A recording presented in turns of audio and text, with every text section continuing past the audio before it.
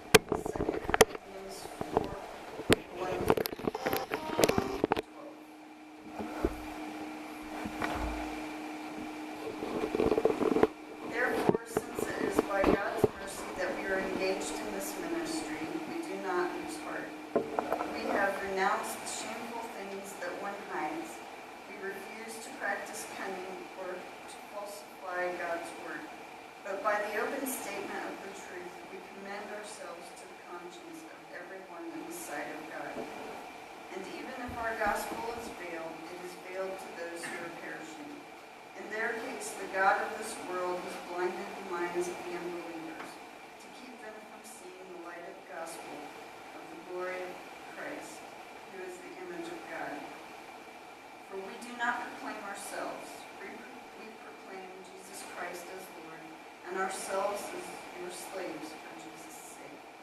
For it is God who said, "Let light shine out of darkness," who has shown in our hearts to give the light of the knowledge of the glory of God in the face of Jesus Christ. But we have this treasure in clay jars so that it may be made clear that this extraordinary power belongs to God and does not come from us. We are afflicted in every way, but not crushed.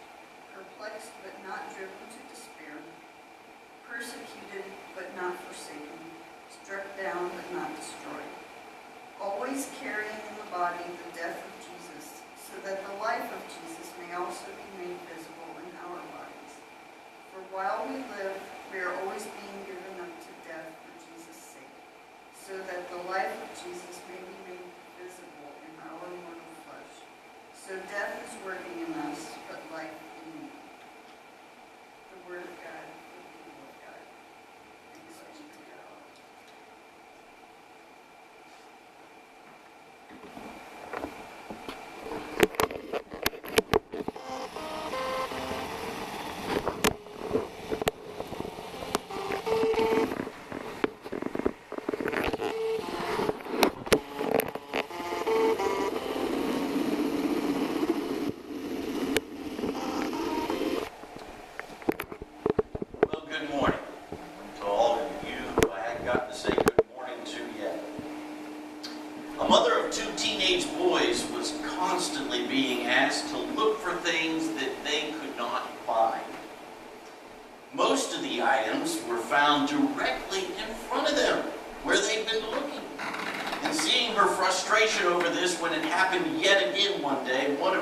Remarked, "It's not my fault, Mom. I don't have parental vision."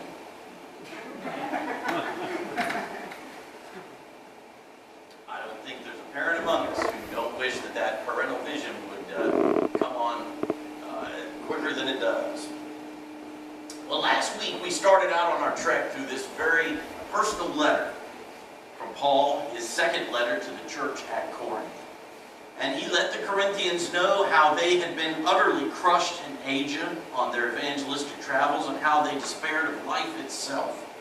And he's moving on now in his letter, and he has spilled not a little ink defending before the Corinthians his call before God to preach. Apparently, as Liesel's introduction gave us light to, some in Corinth had supposed that Paul's public figure, his way of speaking, and that he's been in and out of trouble disqualifies him from true apostleship before God. Paul ought to surely be more important looking or more important sounding. later on in this very letter, Paul quotes some who have said about him, Paul's letters are demanding and forceful, but in person he is weak, and his speechless are worthless. Different translations have different words there for that word worthless. It reminds me of the story of the future King David. Maybe this thought comes to mind for you too, when he was being anointed by Samuel. He was going to be the replacement for Saul. And he was the youngest and the smallest, nowhere near the handsome, tall figures that already paraded by from his own siblings. Yet, God declares, this is the one. Have you ever been dismissed or taken less seriously because of something like that? I often feel, and it's probably just insecurity on my part, but I sometimes wonder if I don't get taken as seriously as somebody who was half a foot taller than me. Or maybe because I'm not twice the age I am. In our churches to this day, it might surprise you to find out that women are still dismissed in some places as incompetent leaders. In just this past month, a church in our district told the district superintendent thanks, but no thanks, to a woman whom he proposed to appoint as their pastor. And it was solely because she lacked the right equipment in their eyes. And that saddens me because I know those folks very personally. I pastored several of them many years ago. Have you almost thrown away a piece of mail that looked like nothing other than another piece